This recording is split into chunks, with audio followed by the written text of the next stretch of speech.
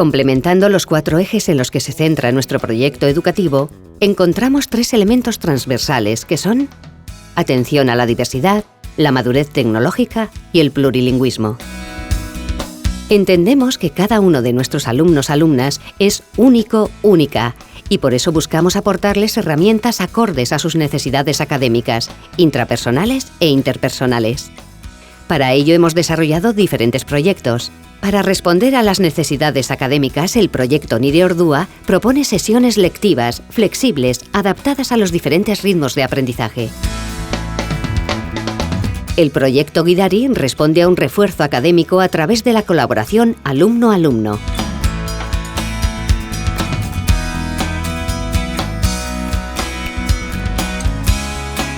Además de estos proyectos, tenemos 2 aulas de apoyo y un departamento de orientación académica vocacional que coordinan y complementan estos proyectos.